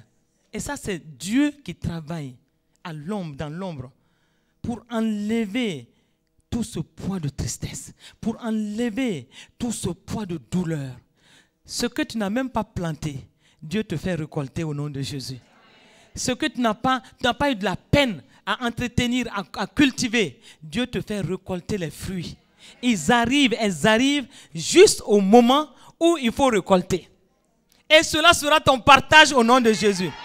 Ce que tu n'as pas sémé ni entretenu, le Seigneur va te faire récolter en abondance. Et il va faire en sorte que tu seras étonné de voir qu'il a déjà prédisposé, fait arranger tout pour que tu sortes de ta douleur et que tu ailles rentrer dans la bénédiction au nom de Jésus. Ils n'ont pas cultivé? Non. Ils n'ont pas entretenu? Non. Mais elles arrivent au bon moment. Et c'est pourquoi le Seigneur te fera arriver au bon moment dans tes lieux de bénédiction. Là où tu n'as pas eu de souffrance, la souffrance que tu as eue, c'est assez. Et c'est pourquoi ce soir je dis, assez c'est assez. Maintenant le Seigneur se lève pour te faire justice. Et c'est pourquoi il va te faire récolter ce que tu n'as même pas sémé. Il va te faire prendre ce que tu n'as pas souffert pour entretenir. Il va te faire rentrer dans la bénédiction qui est pour toi. Et ça c'est notre Dieu, il agit ainsi. Elles arrivent, elle a entendu la foi, elle a entendu, elle a appris. Ce n'était pas plus que ça. Et au moment où je te parle, tu es en train d'entendre, tu es en train d'écouter la parole de Dieu qui te dit que quelque chose de bon est sur le chemin pour toi. Tu es en train d'entendre et de savoir que Dieu est en train de préparer de bonnes choses qui vont se manifester dans ta vie au nom de Christ Jésus. Et au moment où tu t'attends le moins, il va te faire rentrer dans la bénédiction à laquelle tu n'as même pas pensé. Elles n'ont pas été là quand les gens cultivaient. Elles vont collecter, elles vont récolter. Voici ce qui est arrivé à nos deux chères femmes qui étaient dans l'amertume et que Dieu est en train de laver doucement, doucement, doucement pour les amener à la stature et au niveau de bénédiction qui était attendu d'elles. Et voici cette Ruth-là, regardez comment elle a été courageuse. Elles arrivent. Elle va glaner dans un champ. Elle dit, elle va aller glaner dans le champ. Au moment où elle se décide à aller dans le champ, regardez la faveur divine. Elle ne savait pas que là où elle allait mettre le pied, c'était le lieu où Dieu va réaliser sa destinée. La faveur de Dieu l'accompagnait dans tout ce qu'elle faisait. Et c'est pourquoi, quand on arrive à mettre la loyauté dans notre vie, à mettre cette loi de la fidélité, le Seigneur se lève et il nous revêt de l'habit de la faveur divine. Il nous revêt de l'habit de la grâce divine. Et c'est pourquoi tout devient grâce pour nous. Parce que regardez cette femme-là. Elle n'était pas prédestinée à venir rentrer dans le champ de cet homme-là. Mais elle dit à sa belle-mère, je vais aller glaner les épis. Et le premier champ où elle met les pieds, c'était le champ où elle va recevoir la grâce de Dieu. C'était le champ où Dieu avait préparé pour que non seulement elle prenne les épis, mais au-delà des épis, que quelque chose de bon se prépare pour elle, pour tout son avenir. Et c'est pourquoi je déclare ce soir que la faveur divine va t'accompagner. Je déclare ce soir que la grâce de Dieu va être sur tes chemins pour t'amener de lieu en lieu, là où tu dois récolter tes bénédictions. La faveur divine va t'orienter vers là-bas. La faveur divine va t'amener dans ces lieux. La faveur divine va ouvrir les chemins pour toi. Et c'est pourquoi nous ne devons pas calculer. Là où le Seigneur trace la voie, la faveur divine nous accompagne pour nous placer exactement là où il faut. Et c'est ce qui s'est passé avec Ruth. Ruth ne savait pas ce qui allait se passer, mais là où elle a mis les pieds, c'était le lieu que Dieu avait préparé pour sa bénédiction. Maintenant, je crois que l'ennemi qui était assis et qui regardait tout ça, qu'est-ce qu'il allait dire? Elle m'échappe. Et c'est pourquoi ce soir-là, tu as échappé à l'ennemi au nom de Jésus. Je vois des gens qui ont échappé à l'ennemi. Le plan qu'il avait destiné pour ta vie, ce plan-là a échoué au nom de Jésus. Le diable a regardé Ruth. Le diable a regardé Ruth sortir des chaînes doucement. Il dit, voici une femme que j'avais phagocytée. J'avais phagocyté sa destinée. J'avais phagocyté tout plan que Dieu a pu avoir dans sa vie. Mais voici cette femme-là. Elle est en train de sortir de mes filets. Elle est en train de sortir de mes chaînes. Et c'est pourquoi à partir de cette conférence-là, tu sors des chaînes de l'ennemi au nom de Jésus. Tu sors des plans plan de l'ennemi au nom de Jésus. Ce que Dieu a prévu. Et personne ne pourra t'arrêter. Personne ne pourra t'empêcher d'y rentrer au nom de Christ Jésus. Et ce soir, je vois des gens qui rentrent dans leur plan prophétique. Je vois des gens qui rentrent dans la bénédiction de Dieu. Je vois des gens qui rentrent dans le projet que Dieu a formé pour eux. Et c'est ce qui va se passer. Ne permettez pas que l'ennemi rit de vous. Parce que je suis là pour te dire que quelle que soit la façon dont il avait lié ta vie, ce soir-là, ce lien-là est brisé au nom de Jésus. Sauf si tu n'avais pas entendu ce message. Mais comme tu entends ce message, comme tu es témoin de ce message, comme l'onction de ce message descend dans ta vie, tout ce que l'ennemi avait phagocyté pour t'empêcher d'avancer, ce soir-là, cela est brisé au nom de Jésus. Cela est brisé, je dis bien cela est brisé au nom de Jésus. Et c'est pourquoi, vous voyez, qu'est-ce que Naomi a fait? À un moment donné, d'abord Naomi a commencé à marcher par la foi. Et c'est pourquoi je t'invite ce soir-là à laisser la foi monter, à te laisser être édifié par la foi. Parce que ce que tu entends, ce n'est pas un message pour message, c'est un message pour ta libération. Et ce soir, tu es libéré au nom de Jésus. Et Naomi, qu'est-ce qu'elle a fait? À un moment donné, dans ta vie, il y a pour certaines situations, tu es obligé de te séparer de certaines personnes. Ah oui, oui, oui. Pour pouvoir avancer, tu vas forcément faire des séparations. Il y a des gens qui sont là pour être curieux dans ta vie, comme il y a des gens qui sont là pour manifester la véritable fidélité dans ta vie. Et c'est pourquoi Naomi s'est séparée de Orpa. Dès les premières phrases, elle a tourné dos. Dès les premières phrases, elle a manifesté l'identité de son nom. Dès les premières phrases de Naomi, elle a dit oui, c'est l'opportunité pour moi de partir. Mais cette séparation était nécessaire pour que non seulement Naomi reparte dans la maison du pain, mais aussi que Ruth puisse avoir sa destinée qui commence à se manifester.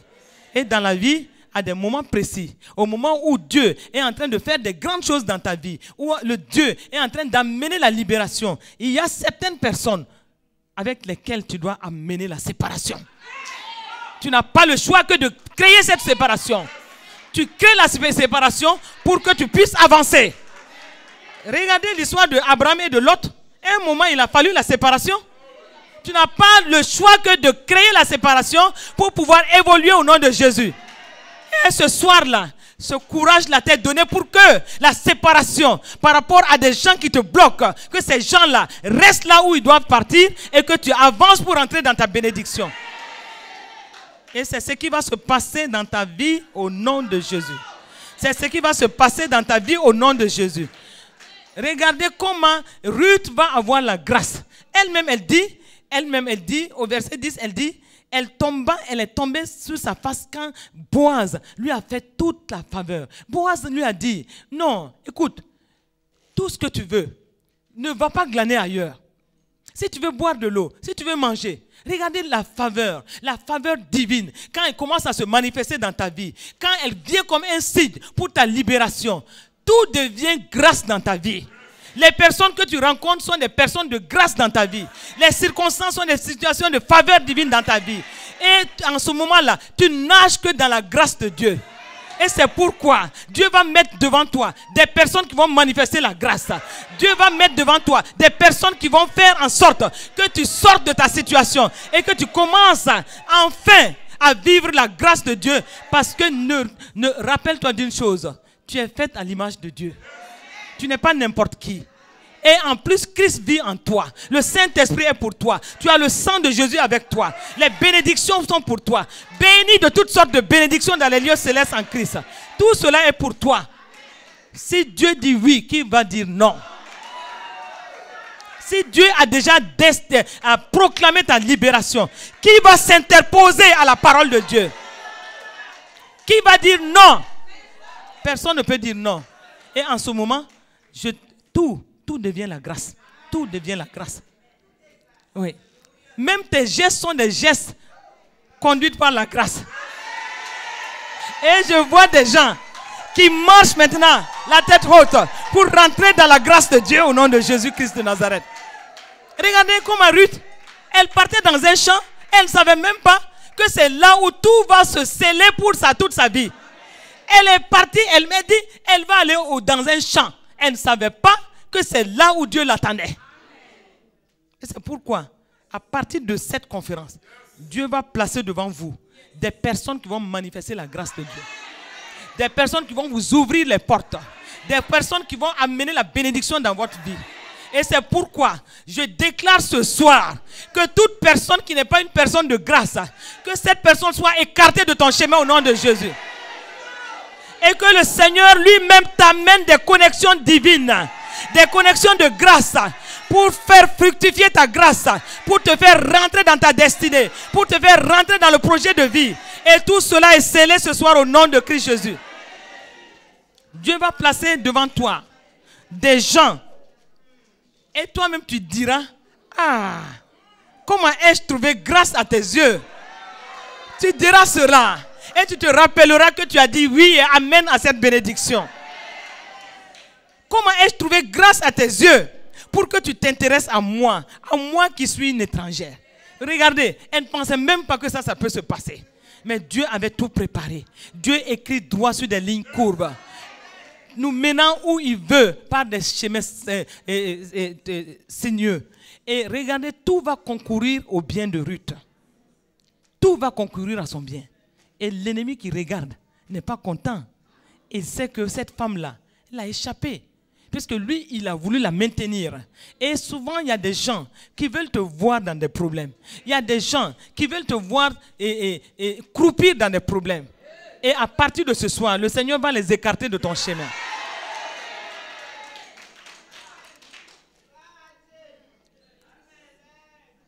Et à partir du moment où ça se passe, Boaz, tout le monde, il y avait une telle faveur sur cette femme. Regardez, maudite à l'origine.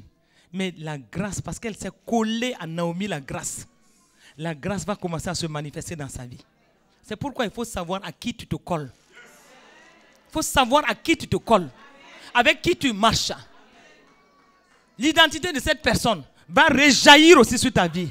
C'est pourquoi j'écarte de ton chemin toute personne qui a une onction négative et qui peut t'empêcher de rentrer dans ta destinée. Que cette séparation se fasse et que tu aies des connexions venues de Dieu au nom de Jésus. Des connexions qui vont te faire élever dans la grâce de Dieu. Des connexions qui vont te faire rentrer dans ta destinée prophétique. Des connexions qui vont t'amener dans une destinée glorieuse. Et que cela soit établi ce soir au nom de Christ Jésus. Cela est établi ce soir au nom de Christ Jésus.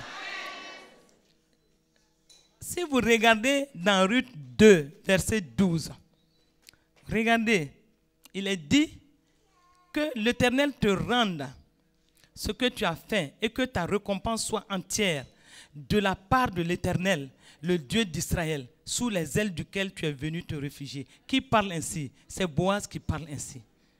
Mais regardez, naturellement, quand nous voyons l'origine de cette fille-là, celui qui est en train de parler ainsi, il était supposé la rejeter.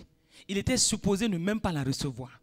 Mais voici, regardez la louange qu'il élève pour elle. C'est pourquoi je déclare ce soir sur ta vie que ceux qui étaient supposés même te rejeter, qu'ils te reçoivent et qu'ils te bénissent au nom de Jésus. Ils vont te recevoir, ils vont te bénir. Ils vont proclamer même tes louanges au nom de Jésus. Ils vont faire en sorte que tous autour d'eux reconnaissent que Dieu a mis un sceau sur ta vie. Mais voyez comment les choses vont aller très vite pour Ruth. Sa belle-mère était une véritable mentor pour elle. Qui tu as comme mentor? Qui est ton mentor?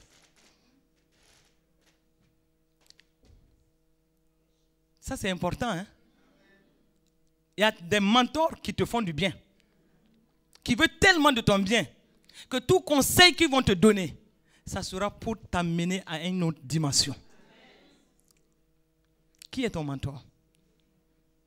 Naomi était une véritable mentor pour Ruth. Elle était une véritable mentor.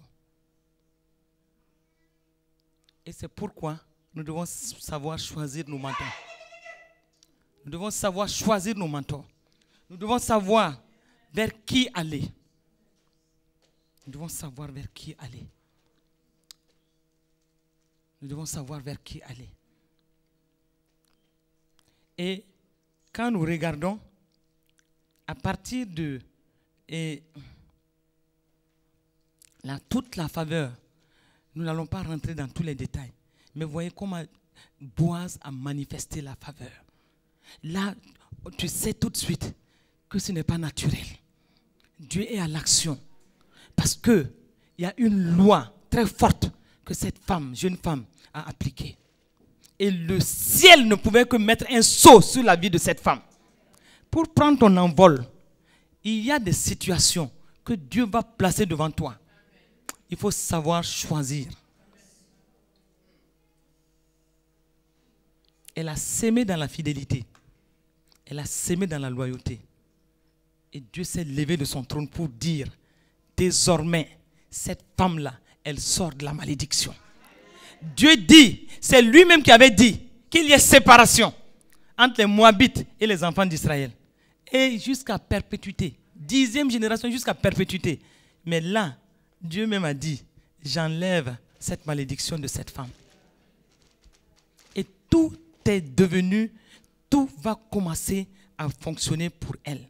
Et au verset 13 de Ruth 2, quand nous regardons, et elle dit, oh, que je trouve grâce à tes yeux, oh, mon Seigneur, car tu m'as consolé et tu as parlé au cœur de ta servante. Et pourtant, je ne suis pas, moi, comme l'une de tes servantes.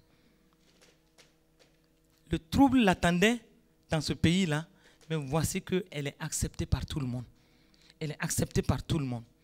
Et Dieu était en train d'écrire doucement l'histoire, de réécrire l'histoire de sa vie. Comme ce soir-là, Dieu est en train de réécrire l'histoire de ta vie. Dieu est en train de réécrire l'histoire de ta vie. Est-ce que tu crois en cela ce soir? Dieu est en train de réécrire l'histoire de ta vie. Tu sortiras d'ici avec une autre histoire. Tu sortiras d'ici avec les liens brisés. Et Dieu est en train de te retirer de la poussière. Il dit au psaume 113, verset 7, il retire le pauvre de la poussière. Du fumier, il relève l'indigent pour le faire asseoir avec les grands de son peuple. Et cela sera ton partage au nom de Jésus. Est-ce que tu peux dire à quelqu'un à côté de toi, tu es privilégié de t'asseoir à côté de moi ce soir, hein?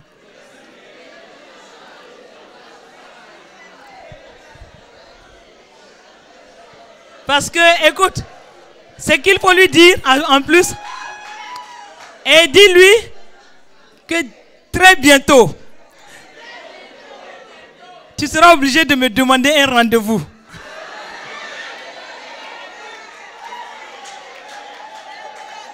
Dieu est en train d'élever des gens ce soir pour les faire asseoir avec des grands de ce monde.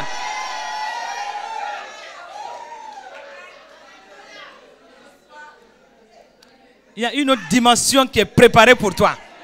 Une autre dimension qui est préparée pour toi. Et je te vois rentrer dans cette dimension au nom de Jésus. Je te vois sortir de ton fumier. Je te vois être élevé de ta poussière. Tu vas t'asseoir avec les grands de ce monde. Salut 2 personnes. Dis-lui, cela va arriver bientôt. Cela va arriver bientôt. Cela va arriver bientôt. Cela va arriver bientôt. Cela va arriver bientôt. Cela va arriver bientôt. Au nom de Jésus-Christ de Nazareth. Amen, amen, amen. Amen, amen, amen. Amen, amen, amen.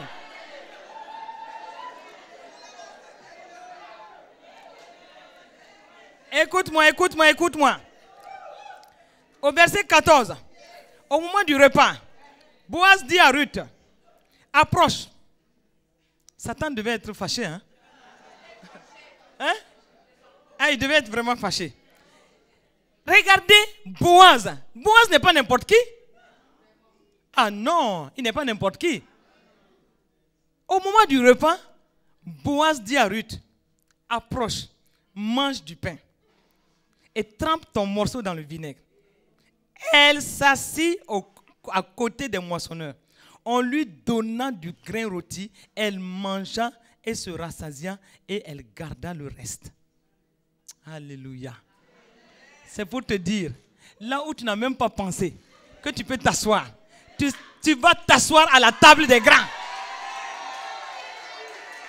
Tu vas t'asseoir à la table des grands. Et je vois déjà des gens assis avec des grands de ce monde. À telle enseigne que tu seras même gêné. Tu vas dire, ah, c'est moi comme ça. Le Seigneur dit, ça va se passer au nom de Jésus. Mais regardez, est-ce que, dites-moi, quand Ruth était à Moab, là, dans son veuvage, entouré que d'histoires de mort, tout puait la mort, des vêtements de mort, tout. Rien ne pouvait présager qu'elle peut s'asseoir avec un Boaz. Est-ce que oui ou non? Qu'est-ce qui pouvait dire que cette Ruth-là va s'asseoir avec quelqu'un comme Boaz? Rien ne pouvait dire cela. C'est pour dire, quand Dieu a dit oui, personne ne peut dire non. Quand Dieu a décidé, personne ne peut effacer. C'est pourquoi je te vois assis à la table des grands. Tu vas manger à la table des grands au nom de Jésus. Quand tu seras assis à la table des grands, ne sois pas gêné. Hein? Il va avoir la tête haute. Et puis, qu'est-ce qui s'est passé ici? Qui a dit à Ruth? C'est pas Boaz? Qui a dit? C'est pas Boaz? Au verset 14, on dit, au moment du repas, Boaz dit à Ruth, approche, mange du pain. Ce sont les grands eux-mêmes qui vont te supplier de venir manger avec eux. Ils vont te supplier et ils vont te dire, viens manger à notre table. Et je vois cela s'accomplir dans les vies au nom de Jésus.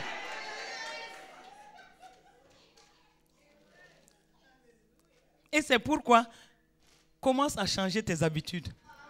Commence à changer tes attitudes. Quand tu vas marcher, marche la tête haute. Commence déjà à t'exercer. Commence à t'exercer, à t'asseoir à la table des grands. Quand tu rentres chez toi là, assieds-toi en disant je m'assois prophétiquement parce que je vais y rentrer au nom de Jésus. Parce que ça va se réaliser. Quand ça va se réaliser, dis ah, maman là, elle avait dit ça. Je ne serai pas là-bas, mais tu seras assis à la table des grands. Parce que les grands vont te supplier et vont te dire, viens manger avec nous. Ils vont te supplier, ils vont te supplier. Et quand nous regardons, et puis elle se leva pour glaner, Boaz donna cet ordre à ses serviteurs qu'elle glane aussi entre les gerbes. Et puis il dit, et ne l'inquiétez pas. Hein? Ça c'est une révélation pour toi. Ce sont les grands eux-mêmes qui vont te protéger. Ce sont ces grands-là qui vont te protéger et au-delà de ce que tu peux penser. Donc, regardez, quand tu portes un habit de faveur, rien ne peut t'arrêter. Rien ne peut t'arrêter. Donc, voici, regardez, toutes ces conditions-là vont se mettre ensemble. Dieu va faire infiniment au-delà de ce que tu penses. Tu es venu avec des soucis à cette conférence-là. Je t'assure, crois-moi, je sais comment j'ai prié. Je sais ce que j'ai dit à Dieu. Il va te bénir infiniment au-delà de ce que tu penses. Infiniment au-delà de ce que tu peux imaginer. Et tu dois rentrer avec de nouvelles habitudes. Tu dois rentrer avec un nouveau vêtement. Et c'est pourquoi, quand nous regardons, nous allons voir que, allons rapidement au chapitre 3.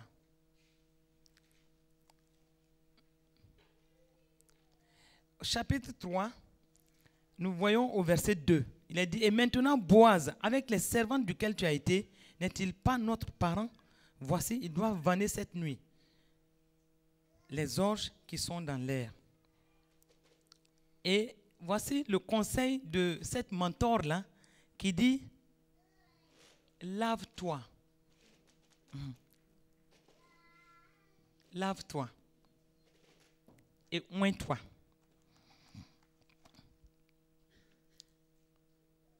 Est-ce que si ça n'avait pas un sens, on aurait pu ne pas mettre ça?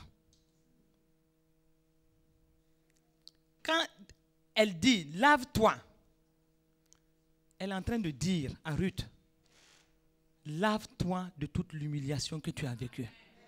Elle est en train de dire à Ruth, toute la honte que tu as vécue, prends l'eau et que cela soit enlevé. Parce que tu es en train de rentrer dans une autre dimension. Tu es en train de rentrer dans une autre phase glorieuse de ta vie. Lave-toi de toute humiliation. Lave-toi de tout mépris que tu as vécu. Lave-toi de toute douleur. Lave-toi de tout ce que tu as vécu. Parce que à partir de maintenant, quelque chose va commencer à se manifester. Et ici, nous voyons, quand nous prenons ce verset-là, nous voyons quand elle dit « lave-toi et oins-toi ». Elle est ointe de quelle huile? Une huile de joie. Le deuil doit partir. L'huile qui va manifester son succès. Une onction nouvelle doit reposer sur elle. Donc lave-toi et que cette eau vienne laver toute l'humiliation, toute la honte, tout le mépris, toutes les vicissitudes, tout ce que tu as vécu et qui ont eu des marques sur ta vie. Viens et lave que cette eau-là lave tout cela de toi. Tu dois ressortir d'ici avec une onction qui va apporter la joie dans ta vie. Une onction qui va t'amener dans le succès. Une onction qui va enlever tout malheur sur ton chemin. Elle s'est ointe pour montrer qu'elle était, elle va se mettre cette onction-là pour montrer qu'elle est devenue une nouvelle femme. Ce n'est plus la même Ruth, maudite. La malédiction est déjà ôtée. Lave-toi de cette malédiction. Lave-toi du mépris que tu as eu. Lave-toi de la honte que tu as eue. Lave-toi de l'humiliation qui t'avait caractérisé. Lave-toi de tout cela. Et oins-toi de cette huile de joie. Cette joie prophétique que tu es en train de rentrer dans une autre dimension. Cette joie prophétique que quelque chose de nouveau est en train de prendre place dans sa vie.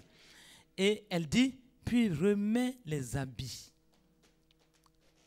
J'ai vu une version de la Bible où il est dit, remets tes meilleurs habits. Et ce jour-là, j'ai dit, ah, donc elle avait même des meilleurs habits. Maintenant, autrement que ici, là, que le manteau de deuil, de la douleur que tu portais sur toi, que cela soit enlevé. Et si cela est enlevé, revêt-toi maintenant de ce nouveau manteau, de ce nouveau vêtement qui sera un vêtement de joie, un vêtement d'espérance. Et à partir de ce moment-là, de nouvelles choses vont prendre place définitivement dans ta vie. Donc, Ruth va se laver, se oindre, remettre des habits et voilà qu'elle descend dans l'air. Quand elle descend dans l'air, la malédiction est partie, l'humiliation est partie, toute la douleur est partie. Elle est ointe d'une huile de joie, elle est ointe d'une huile d'espérance, elle est ointe d'une huile qui va l'amener dans son succès, qui va l'amener dans sa destinée. Et comme tout cela est parti, quelque chose de nouveau a pris place dans sa vie. Ici, quand nous regardons la suite, les choses vont aller très vite. Quand les choses sont allées très vite, Naomi et Ruth va rentrer. Vous allez voir, quand vous allez prendre la parole de Dieu pour bien méditer, vous allez regarder et vous allez voir comment Boaz a défendu les choses rapidement pour pouvoir avoir Ruth comme sa femme. Et quand il a eu Ruth comme sa femme, tout va changer. Tout va changer. Dans la vie de Ruth, tout a changé. Dans la vie de Naomi, tout a changé. Et voyez, elle n'avait pas eu un enfant avec son mari, le fils de Naomi, mais elle va avoir un enfant avec Boaz. Ce que Dieu a déclaré sur ta vie, la façon dont Dieu a dessiné les choses pour ta vie, l'ennemi ne peut pas l'arrêter. Je vais te dire ce soir, quel que soit le plan qu'il a fait pour t'arrêter, ce soir-là, sois convaincu d'une chose. Le projet qu'il a fait pour ta vie, ce projet-là va s'accomplir assurément. Ce projet-là va se réaliser assurément. Les choses sont allées très vite et écoute, elle va devenir la femme de Boaz. Et ils vont avoir un enfant. Il va avoir Obed. Obed va donner naissance à Ésaïe. Ésaïe va donner naissance à David. Et de David, Jésus-Christ va venir. Et tout ça là, c'est qui? C'est venu de qui? Ruth, une Moabite. Une femme maudite à sa souche, que l'ennemi avait tenue captive. Parce qu'il voyait cette destinée glorieuse. Et il voulait arrêter cela. Mais il n'a pas pu arrêter. S'il n'a pas pu arrêter par rapport à Ruth, il ne pourra pas arrêter par rapport à ce qui te concerne. Est-ce que tu es d'accord avec moi ce soir? C'est pour te dire que ce soir-là, quelque chose est en train de se passer dans ta vie. Que tu le veuilles ou non, moi je déclare la bénédiction sur ta vie. Que tu le veuilles ou non, ce que l'ennemi avait scellé est brisé ce soir. Que tu le veuilles ou non, au nom de Jésus-Christ de Nazareth, ce que l'ennemi avait écrit sur ta vie est effacé ce soir au nom de Jésus. Et ce soir, la bénédiction commence à marcher dans ta vie. Ce soir, la faveur divine commence à se manifester dans ta vie. Ce soir, les connexions divines commencent à se faire dans ta vie. Et le Saint-Esprit est en train de me dire, il y en a ici qui ne sont pas mariés. Dans les 3 mois à venir, tu m'écriras pour me dire que tu as rencontré ton Boaz. Tu vas me dire que ton Boaz est arrivé dans ta vie. Et cela est établi au nom de Jésus. Tu vas me dire que Dieu a placé devant toi des faveurs divines sans nombre. Et que tu es en train de nager dans la bénédiction de Dieu. Au nom de Jésus-Christ de Nazareth, la faveur de Dieu va se manifester. L'onction de Dieu va se manifester. La gloire de Dieu va se manifester dans ta vie. Et à partir de cette conférence, ton envol est assuré. Si la Samaritaine a pu sortir de tout ce que l'ennemi avait tissé dans sa vie pour être de l'opprobre, qu'elle soit élevée comme évangéliste, toi tu vas être élevé plus qu'elle. Et c'est pourquoi tu sors de toutes les situations qui te retenaient captive et tu sors pour aller et travailler pour ton maître. Et à partir de ce soir, une onction descend dans ta vie et une onction va se manifester pour t'ouvrir les chemins, pour faire en sorte que ta vie ne soit plus jamais la même. Dis à quelqu'un, ma vie ne sera plus jamais la même. Ma vie ne sera plus jamais la même. Ma vie ne sera plus jamais la même. Ma vie ne sera plus jamais la même. Et la gloire de Dieu va se manifester dans ta vie. Est-ce que ce soir tu peux te tenir sur tes 2 pieds? Nous allons remercier le Seigneur. C'est pour te dire, l'envol est assuré. La grâce de Dieu va te manifester dans ton envol. Élève la voix et commence à remercier le Seigneur. Élève la voix et dis merci au Seigneur. Merci au Seigneur pour ce soir-là. Ce qu'il t'a dit. Rends grâce à Dieu. Rends grâce à Dieu. Nous allons par la suite chanter un cantique. Rends grâce à Dieu. Rends grâce à Dieu. Rends grâce à Dieu. Rends grâce à Dieu. Parce qu'il a un projet de paix pour toi. Il a un projet de